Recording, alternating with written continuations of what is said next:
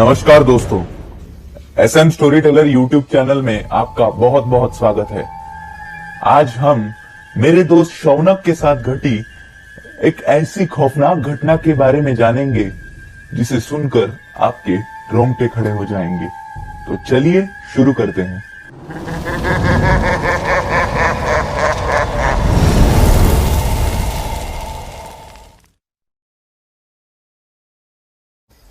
दोस्तों, ये घटना 4-5 दिन पुरानी है जो मैं और मेरे बाबा के साथ फिशिंग करते वक्त घटी थी। मैं और बाबा रविवार के दिन कुछ टाइम पास करना हो तो फिशिंग करने जाया करते थे। दिसंबर महीने की बात है। मैंने बाबा को बोला, बाबा बहुत दिन हो गए हम मछली पकड़ने नहीं गए, क्यों ना आज जाए। बाबा ने बोला ठीक है आज जाते हैं, लेकिन आज दोपहर को नहीं शाम को जाएंगे और रात को 10:30 बजे तक वापस आएंगे। मैंने बोला ठीक है। फिर मैंने पूछा आज कहाँ जाए, तो बाबा ने बोला आज हम तालाब पर जाएंगे जो नागपुर के उमरेड रोड पर स्थित है। मैंने बोला ठीक है। शाम के 4:30 बजे हम बाइक पर सवार हुए और निकल पड़े। लगभग 5:30 बजे तक हम वहां पे पहुंचे। वहां पे जाते वक्त एक गांव लगता था। गांव में हम कुछ देर रुके थे। तब वहां के कुछ लोगों ने हमें बोला कि साहब आप गांव में नए दिख रहे हो, कहां से आए हो।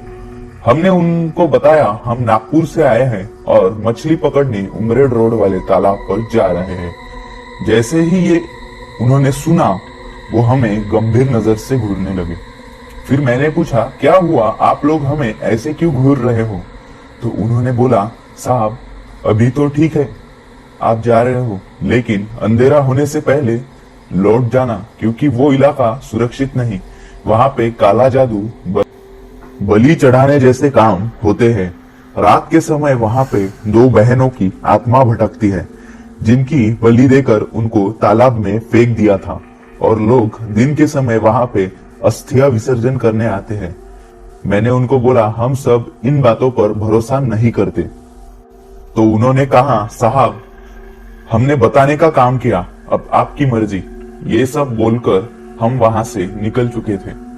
हमने धागे पर गार्ड बांधी, हुक लगाई और धागे को पानी में जोर से फेंका।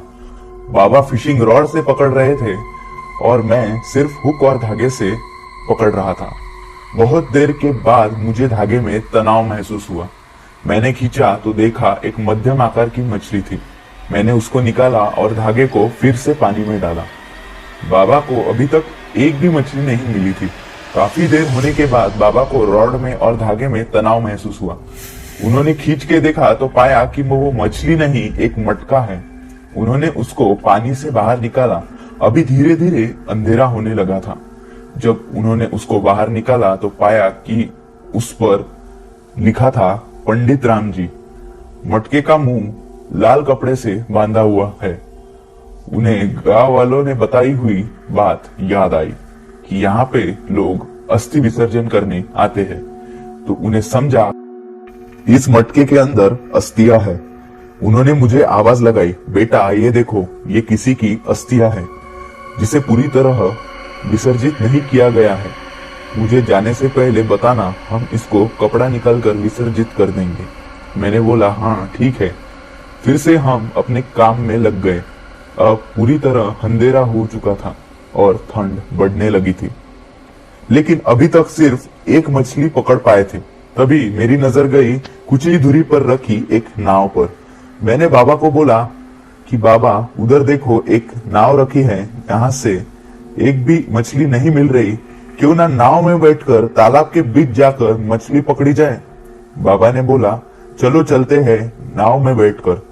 तभी बाबा ने सोचा क्यों ना अस्थि विसर्जन भी कर दिया जाए। तो उन्होंने वो मटका उठाया और हम निकल गए तालाब के बीच मछली पकड़ने। थोड़ी देर बाद पहुंच गए तालाब के काफी बीच में। बाबा ने बोला अभी पानी में जाल बिछा देते हैं, अगर रॉड में मछली नहीं फंसी तो हमें खाली हाथ जाना नहीं पड़ेगा। मैंने बोला ठीक है। अभी फिर से मैंने पानी में धागा डाला और कुछ ही देर में मुझे एक मछली मिली और बाबा को भी एक मछली मिली। फिर बाबा ने जाल निकाला तो वो देख हम दोनों बहुत ज्यादा खुश हो गए। लगभग 10-15 मछलियां जाल में फंसी थी। बाबा ने फिर से जाल बिछाया तभी मेरी नजर गई तालाब के किनारे पर। मैंने देखा कि किनारा दिख ही नहीं रहा, आजू बाजू काफी ज्यादा कोहरा छाया था। तभी तेज हवाएं चलने लगी और नाव सामने बढ़ने लगी। मैंने टॉर्च जलाया और बाबा को बोला कि अभी वैसे भी देर हो रही है, क्यों ना अभी वापस निकले। उन्होंने बोला हाँ ठीक है, कुछ देर में निकलेंगे। तभी बाबा को याद आया कि वो अस्थियां विसर्जित करनी है। उन्होंने मटके का कपड़ा खोला और अस्थियां राख पानी में डाल दी और वो मटका भी डाल दिया। तभी मैंने देखा कि नाव हवा की वजह से तालाब के दूसरे किनारे आई है और वो पूरा जंगली इलाका था। मैंने बाबा को बोला यहाँ थोड़ा रुक जाते हैं, मुझे 1 नंबर आई है। उन्होंने बोला जा जल्दी जाके आ। मैं नाव से उतरा और थोड़ी देर आगे जाके करने लगा। तभी मुझे किसी के रोने की आवाज आई। मैंने सुनने की कोशिश की तो पता चला कि वो आवाज मेरे से कुछ ही दूर पर एक पेड़ था, उसके पीछे से आ रही थी। मैं बाबा के पास गया, उनको ये बात बताई तो उन्होंने बोला चल बेटा देखते हैं। गांव वाले जो बोल रहे थे कि यहाँ लड़कियों की बलि चढ़ाते हैं, शायद कोई लड़की मुसीबत में है। हम उधर जाने लगे। जैसे ही हम उस पेड़ के सामने पहुंचे, हमने देखा कि वहां पे काला जादू का सामान पड़ा हुआ था और काली रंग की गुड़िया भी थी। हमने आवाज की तरफ देखा तो पता चला कि उसी पेड़ के सामने वाले पेड़ के नीचे 2 लड़कियां रो रही थी। हमने उनको आवाज लगाई लेकिन उन्होंने जवाब नहीं दिया। हम उनके पास गए, फिर से आवाज दी लेकिन कुछ जवाब नहीं मिला। फिर मैं आगे बढ़ा और उनसे पूछा दीदी क्या हुआ आप दोनों को। तभी उन्होंने हमारी तरफ देखा और उनको देखकर मानो पैरों तले जमीन खिसक गई। उनकी गर्दन आधी कटी हुई थी, जबड़ा नीचे लटक रहा था और उनकी आंखें पूरी तरह से सफेद थी। हम उल्टे पांव भागने लगे। पीछे से जोर जोर से हंसने की आवाज आ रही थी। हम मानो रास्ता भटक चुके थे। मैंने पीछे मुड़कर देखा तो वो दोनों लड़कियां हवा में उड़ रही थी और हमारा पीछा कर रही थी। बहुत दौड़ने के बाद हम एक बड़े से पेड़ के पीछे छुप गए। तभी पेड़ के पीछे से मंत्र जाप और चीखने की आवाज आई। कोई आदमी जोर से मंत्र जाप कर रहा था और वो दोनों चुड़ैल चीख रही थी। कुछ ही देर में वो चीखने की आवाज बंद हुई तो हमने पेड़ के दूसरे बाजू में एक जाके देखा, वहां पे एक आदमी खड़ा था। अंधेरा होने के कारण हम उसकी शक्ल ठीक से देख नहीं पाए। फिर भी हमने उनको नाम पूछा तो उन्होंने बताया पंडित राम जी। हमने उनका शुक्रिया अदा किया कि आपने हमारी जान बचाई है, लेकिन उन्होंने कुछ नहीं बोला और अंधेरे में कहीं चले गए। हम भागते भागते नाव की तरफ गए और नाव से तालाब की दूसरी साइड पहुंचे।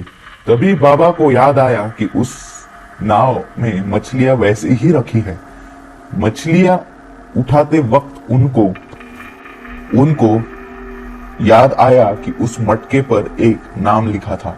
वो क्या था? पंडित राम जी। ये नाम याद आते ही उनका पूरा बदन कांप उठा। उन्हें सारी बात समझ में आ गई। उन्होंने मुझे बोला बेटा, हमने जिस व्यक्ति की अस्थियां विसर्जित की वही हमें बचाने आया था। मतलब हमने उनको मुक्ति दे दी तो उसके बदले उन्होंने हमारी उन भूतों से रक्षा की। इसका मतलब क्या? सभी भूत बुरे नहीं होते। वो किसी सिद्ध पुरुष की पवित्र आत्मा थी। हमने भगवान का शुक्रिया अदा किया और बाइक से घर के लिए निकल गए। तब लगभग रात के 11:30 बजे रहे थे। तो दोस्तों, ये कहानी आपको कैसे लगी हमें कमेंट में जरूर बताएं। इस वीडियो को लाइक कीजिए, हमारे चैनल को सब्सक्राइब कीजिए और बेल आइकन पर प्रेस कीजिए ताकि हमारे नए वीडियो का नोटिफिकेशन सबसे पहले आपको मिले। तब तक के लिए बाय एंड टेक केयर।